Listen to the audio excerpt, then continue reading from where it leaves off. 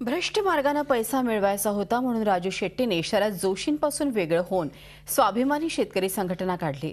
आता सदाभाऊ खोत यांच्याप्रमाणे चौकशी झाली तर राजू शेट्टींची प्रकरणं बाहेर येतील असा गंभीर आरोप आपचे नेते रघुनाथ पाटील यांनी केला आहे। शिवसेना आणि भाजप हे विरोधी पक्ष शेतकऱ्यांचे प्रश्न मांडण्यात अपयशी ठरले आहेत अशी टीकाही त्यांनी केली। तर रघुनाथ दादांनी राजहंस पोल्ट्री फार्म मंजूर करून घेऊन केंद्र आणि राज्य सरकारकडून कोट्यवधी रुपयांचं भाग भांडवल मिळवलं होतं। ती पोल्ट्री फार्म आता कुठे गेलीत, त्या कोंबड्या कुठे आहेत याचं उत्तर द्यावं असं आव्हान शेट्टींनी दिलंय। सदाभाऊने शेतकऱ्यांना फसवलं।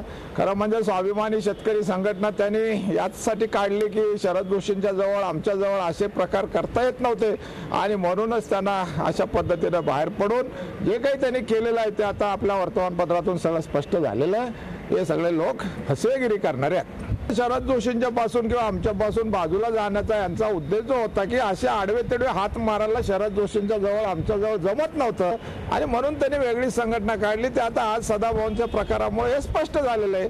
उद्या अधिक चौकशी झाली तर राजू शेट्टींचंही स्पष्ट होईल।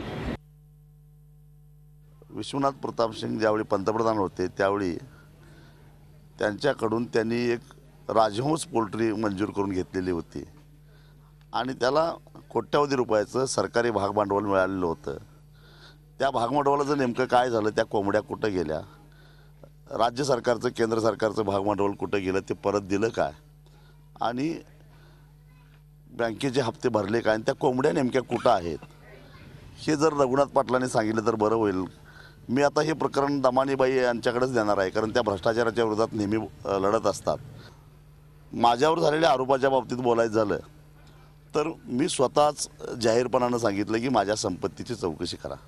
रघुनाथ पाटलांचे मित्रपक्ष असणाऱ्या राष्ट्रवादीकडेच ग्रहखातं आहे आणि त्यांनी केव्हाही माझी चौकशी करावी, माझ्या संपत्तीची करावी, माझ्या जवळच्या नातेवाईकांची संपत्तीची चौकशी करावी, त्याला माझी कधी हरकतच नाही कारण ही माझीच मागणी आहे।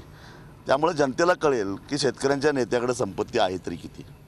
झी 24 तास एक पाऊल पुढे।